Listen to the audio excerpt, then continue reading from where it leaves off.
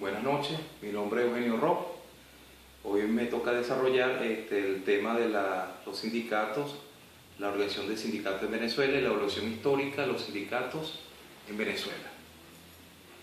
En relación a los sindicatos, o sea, en nuestra legislación, un concepto como tal no se establece, pero sí en el artículo 407 de la LOC habla del objeto de los sindicatos, que no más que el estudio y desarrollo de la producción tanto de los trabajadores y eso se refiere a los trabajadores y los patrones, que no es más que el desarrollo socioeconómico y la parte individual de cada uno de los asociados.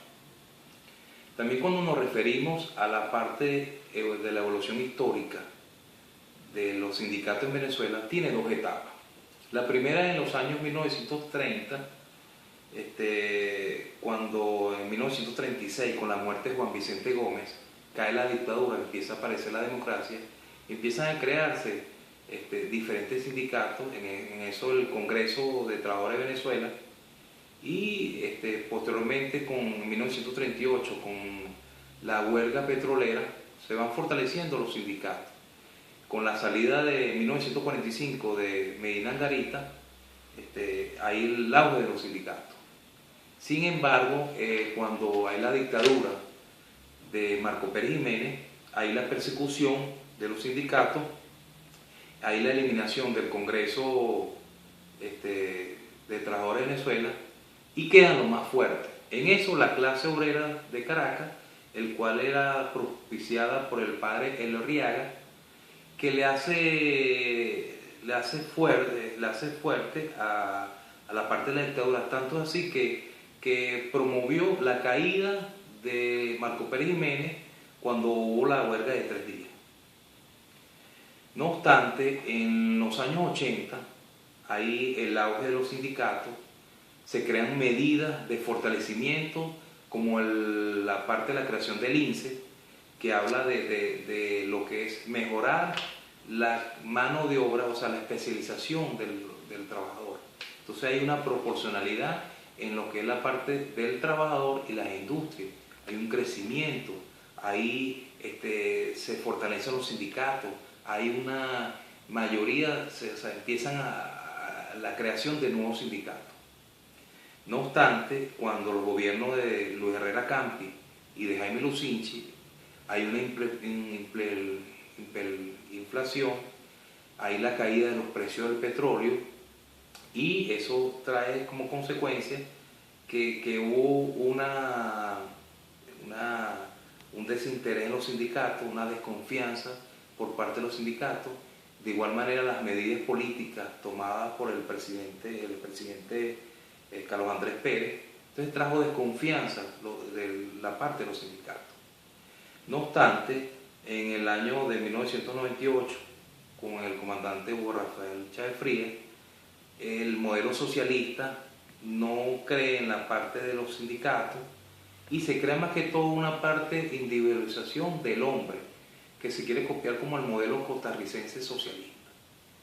Hoy en día Venezuela vive una época de crisis, de cambio, que espera que se renueve ese sindicato que vaya en pro del trabajador y de la parte de la industria, el crecimiento industrial.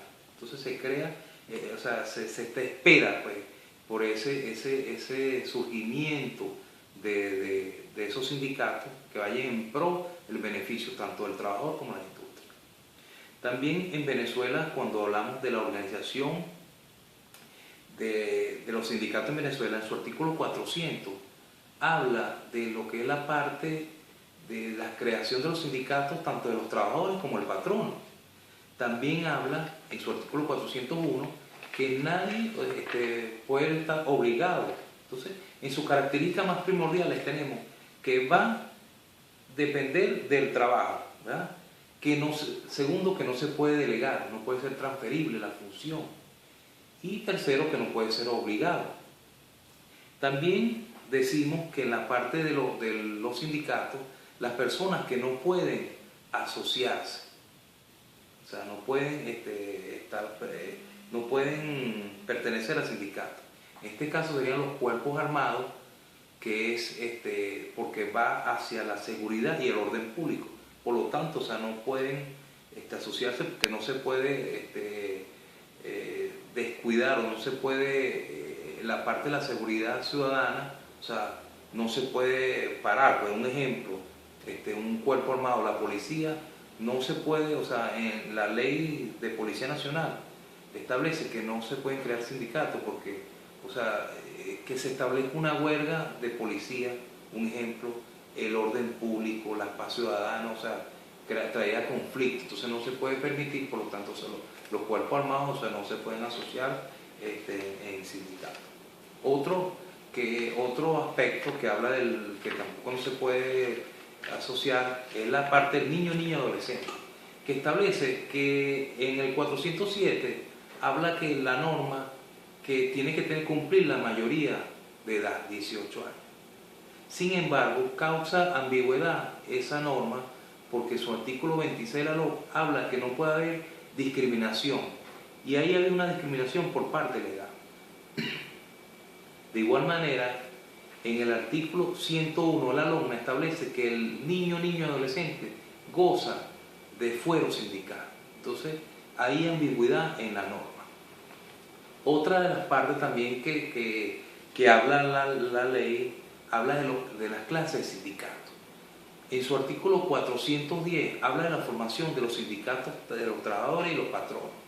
En el 411 habla de la clasificación, que habla de los sindicatos de empresas, que son trabajadores de diferentes profesiones que trabajan en una misma empresa.